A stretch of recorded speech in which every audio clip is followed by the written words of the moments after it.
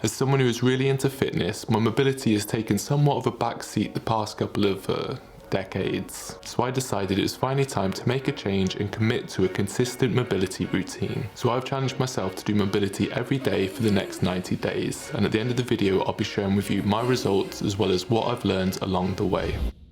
Now, I am not a complete noob when it comes to mobility. About a year ago, I used the GoWOD app pretty consistently. I've also followed YouTube channels like Tom Merrick and Yoga with Cassandra, and I even did my yoga teacher training in India. However, I do believe flexibility, like someone's ability to build muscle, is somewhat genetic, or I like to tell myself that. As one time I have been pulled out of a yoga class and been told that I've been the least flexible person a yoga teacher has ever seen, which is quite humbling. So the main reason I want to do this challenge is over the past couple of years I've started to experience pain in my knees, in my feet, my back, my shoulders, everywhere pretty much. Now the most consistent I've ever been with mobility was a few years ago when I was using the GoWOD app. So to make sure I'm consistent, again I'm going to be using a mobility app, but to mix things up a little bit, this time I'm going to be using the pability app. So let's get started. Like with most challenges, I was excited to get started and get working on my mobility. The app was really simple to use. Every day it gives you a mobility routine targeted towards your problem areas. So you just click and follow the routine. Most of the routines are around 20 to 25 minutes long, which didn't seem too bad. But once a week you have a longer session for 45 minutes, and to be honest, that one feels like a lifetime.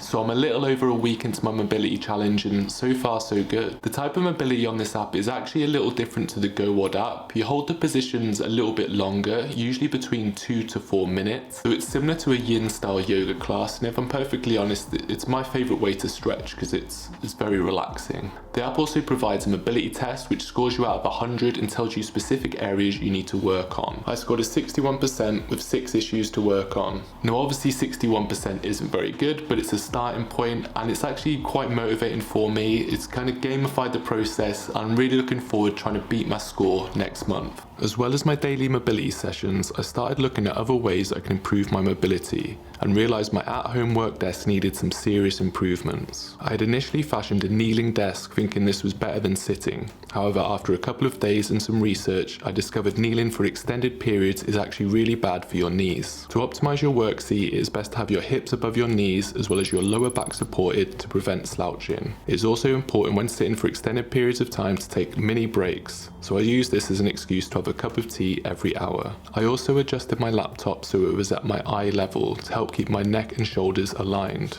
Now, a few of you may be wondering why I don't just invest in a proper setup, but I am planning on leaving the country next year. Plus, I also do feel a bit like MacGyver with my homemade setup. So we're a little over a month into the challenge and so far so good. The only main observation I have is I've started to experience sensations in my body. I think this is due to my body moving into positions that it hasn't been in a very long time. So I've noticed this pain when I cross my legs like this.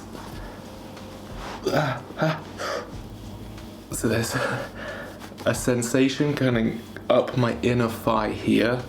Whoa. It's not as bad on this side.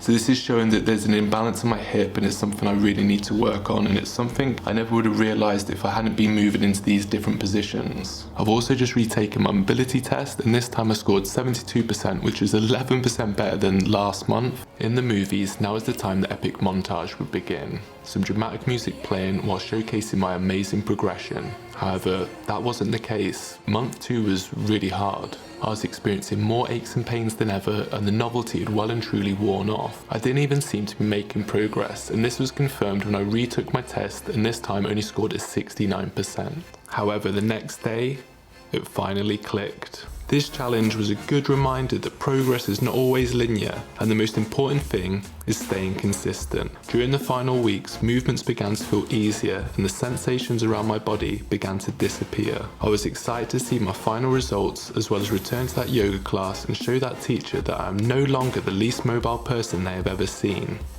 Well, hopefully. Okay guys, 90 days of mobility. Well, it did take me about 100 days. I did miss a few days here and there and I wanted to make up for them, so I'm not perfect, but we got there at the end. Now the challenge started off really well. However, it was on month 2 that I started to become really unmotivated. I started to feel more aches and pains than usual and I wasn't seeing any progression. My main hurdle for this challenge was being consistent, and I think the main reason for that was I didn't dedicate a specific time for doing my mobility practice. For me, choosing a specific part of the day to do my mobility not only helped me stay consistent, but it soon became a part of my daily habit. For me, I have a hot shower and then I do my mobility practice, and this really helps me wind down for the day, and that's also why a lot of the time lapses I'm in a dressing gown. For the past month, I've felt no pain in my knee, foot, shoulders, back, and it's honestly the best my body has felt in a very long time. Now I didn't get it before of this because I didn't know this was going to happen, but there's a position called the archer pose where you put your 2 arms behind your back and the goal is to try and reach your hands together. If you've ever tried to do this, it's pretty difficult, or at least it was for me anyway, and I've been using a strap to bridge the gap between my 2 hands. However, the other day this happened.